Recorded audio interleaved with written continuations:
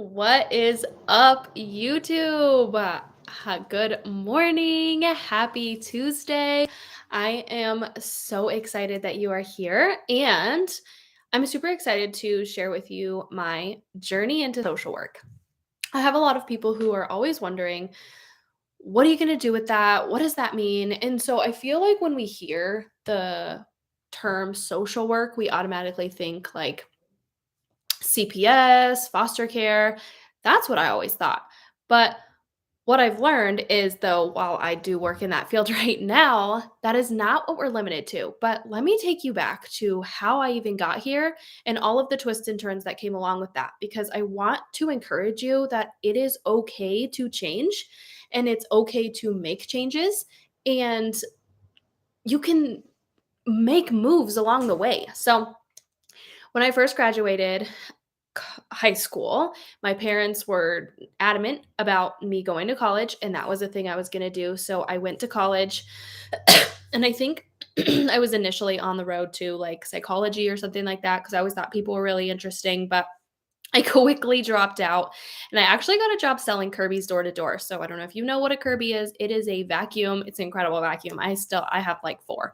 But I got a job selling Kirby's door to door, and so I joined with this Kirby sales company, which is actually where I met my husband Cody. And so we would travel from Colorado to Texas to New Mexico to Oklahoma, knocking door to door and selling Kirby vacuums, which was crazy because I was an 18-year-old girl just going on these road trips with teams of like 8, 10 guys. And thankfully, God was with me and nothing happened. And I met my husband, who we just connected very soon. But I was selling Kirby's and I had no intentions on going back to school. We were going to become just Kirby distributors and have a business that way. But that's where life takes hold and puts you in a completely different place than you thought you would go. So while that was a really incredible learning experience, like I got sales experience, I got door to door experience. And if you've ever sold anything door to door, like you get some resilience, you get some grit, especially when you're going out to these little teeny oil towns where there's nothing out there but bugs. And so there was so much experience with that, and it was so good, but we had planned to become Kirby distributors and like have a business and then have our own teams, and it failed. And I say that with air quotes because everything that we have tried that hasn't gone according to plan would be seen as a failure, but it's gotten us to somewhere better. So don't be afraid to let go of the good to get the better. And so that sentence didn't really come out right, but you get what I'm trying to say. So after that dream kind of like fell apart, and it felt like that in the moment, like the dream fell apart. What were we going to do? It was tension with my parents, and they were like, "You're going back to school." And after that kind of fell apart, I really realized, like, what the heck am I going to do? I was a traveling nanny, which was really cool. And then I was a secretary, which was not so cool. And so I was like, I think I need to go. And like, I actually want like a career. I want to do something. And I love kids. Cool. So I went back to school for teaching. There was an education program at the University of Colorado, Denver.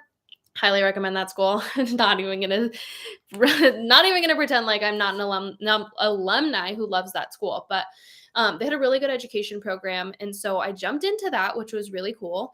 And that was fine and dandy. I started working at a daycare. Absolutely loved kids, and then I got pregnant. And then the realization hit that I don't want to take care of other people's kids. I don't want to teach other people's kids while someone else is teaching mine. And that is when our discussion started about homeschooling. Because while I enjoyed like teaching kids, I did not want someone else teaching my kids while I taught theirs. It felt so weird to me. And so right then is when we started talking about homeschooling. Do we even want our kids in school? Do we want our kids in daycare? Maybe we do, maybe we don't. And we decided that we didn't. And so that meant that I was going to stay home. But I instantly lost a passion for becoming a teacher in any form. And so I was like, well, look, I'm halfway invested into this program. I wasn't just going to drop out of school again. Like, if any of you have not super strict parents, but if any of you have parents that like you just respect the heck out of them, I wasn't going to do that to them again. I was on this path. They were very supportive of me continuing my school and watching my oldest and all those kinds of things. So it was time to figure out what the heck I was going to do. Well, the school, University of Colorado Denver, also had a human development and family resources program. And it just so happened that a lot of the classes that I had taken for my education program would just transition nicely into that program. And so I was like, cool, I'll just do that. I'll just finish my degree. I'll just go there. At the same time that all of this was happening, we started to realize and really hit a wall with mental health issues. And so there was a lot of mental health issues within our family from me, from my husband. And if you've ever dealt with mental health issues in your family system, it can it can tear your family system apart because if you don't know what's going on inside you and you don't know the health issues, the mental health issues that you're dealing with and your triggers and your symptoms and all that stuff, or if you have a spouse who has mental health issues and they don't understand what's going on with them, then there would be no way for anyone to be able to understand, to communicate any of that. So that's where we were at. I was having my own anxiety and depression, especially postpartum depression, and he was having his own issues with ADHD and anxiety and bipolar disorder. When neither of us knew what was going on inside of us, and so we ended up butting heads. We were fighting a lot, and it felt so endless and hopeless, and it was a struggle. With that human development and family relations educational path, I started learning about mental health diagnosis and I started learning about the impacts of it in the future, how it starts in childhood, how some of it could be trauma induced, how some of it is how like, you're just born that way, either or and or, right? It's always and or, because it could be one, could be the other, could be both. And so as I started learning about this mental illness and just how like prevalent it is in families and how many family systems are actually completely torn apart because one person is struggling with mental health issues and has no idea what's going on, and so they can't explain like, hey, I'm struggling in my brain, I need some help. Hey, I'm struggling in my brain, I just need to sleep all day. There was no way for a family to operate like that. And so it was really at a moment where our family was about to fall apart. Just like our dreams fell apart, now our family was about to fall apart.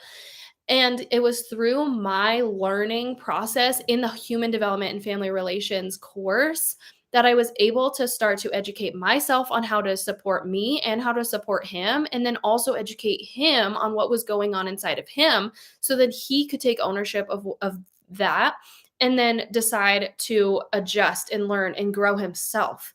And this was a path, right, that led to this, but without my transition into human development, family relations, like, I don't even know that our family would still be together because mental health issues are horrible on a family system.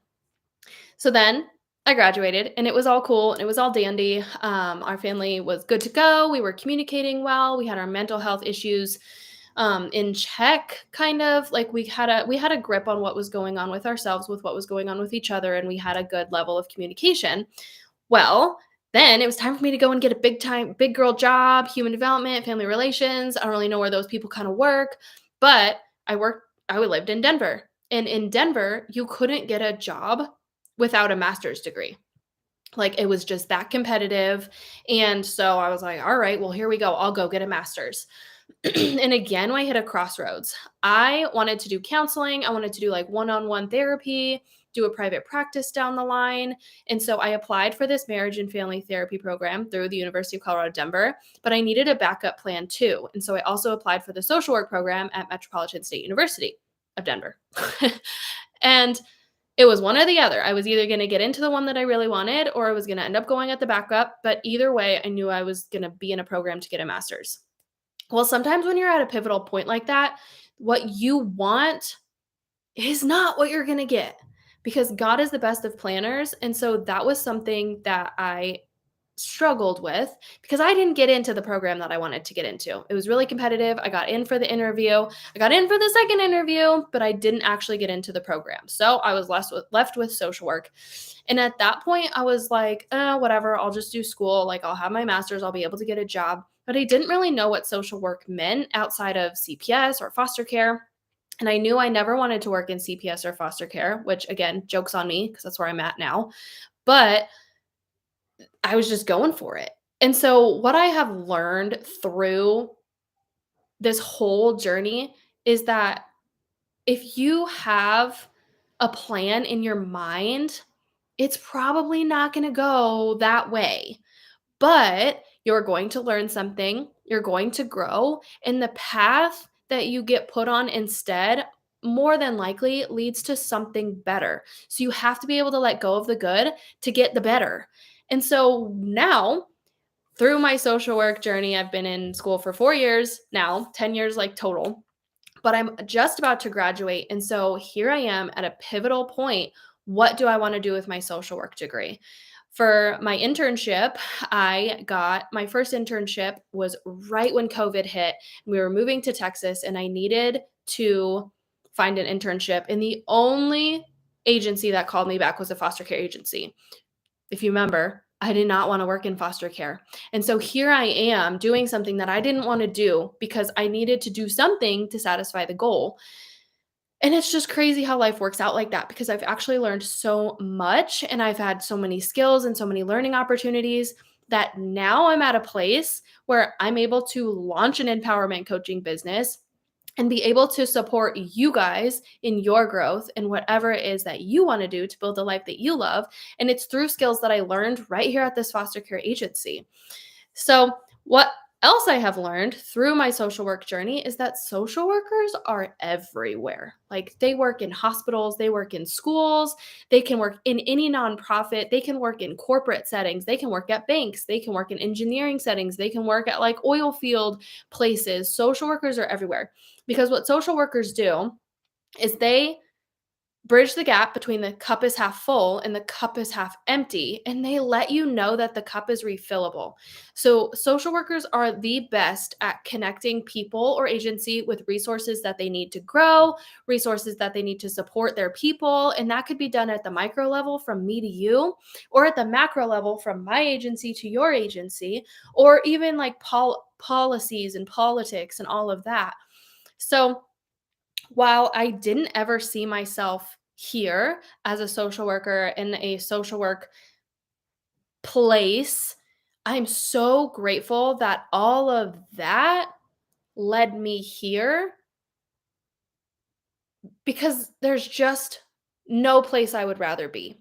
So I wanted to share all that with you because the root of all of that is that when you have to pivot, it's okay that that thing that you thought that you wanted to do turned out not to be that thing that you wanted to do. It's okay to pivot because in that, just trying, you learned something. You learned that that's not what you want to do, and that's totally valid. That's okay. But you also learned that you as a person change. And when you realize that you can change and you can grow, then the world of possibilities opens up to something you might not have thought that you wanted to do. It might be the thing that changes your life. So, that's my journey into social work. I hope that you took something away from that. If you have any questions about any of the programs I mentioned, or if you have any questions about your own journey into social work or any educational journey, I would absolutely love to chat with you and just figure out what your goals are and where you want to go. Or if you're in that place of needing to pivot because something that you wanted to do seeming feels like it just fell apart, I'm here for you too. So I'll talk to you guys later. Bye.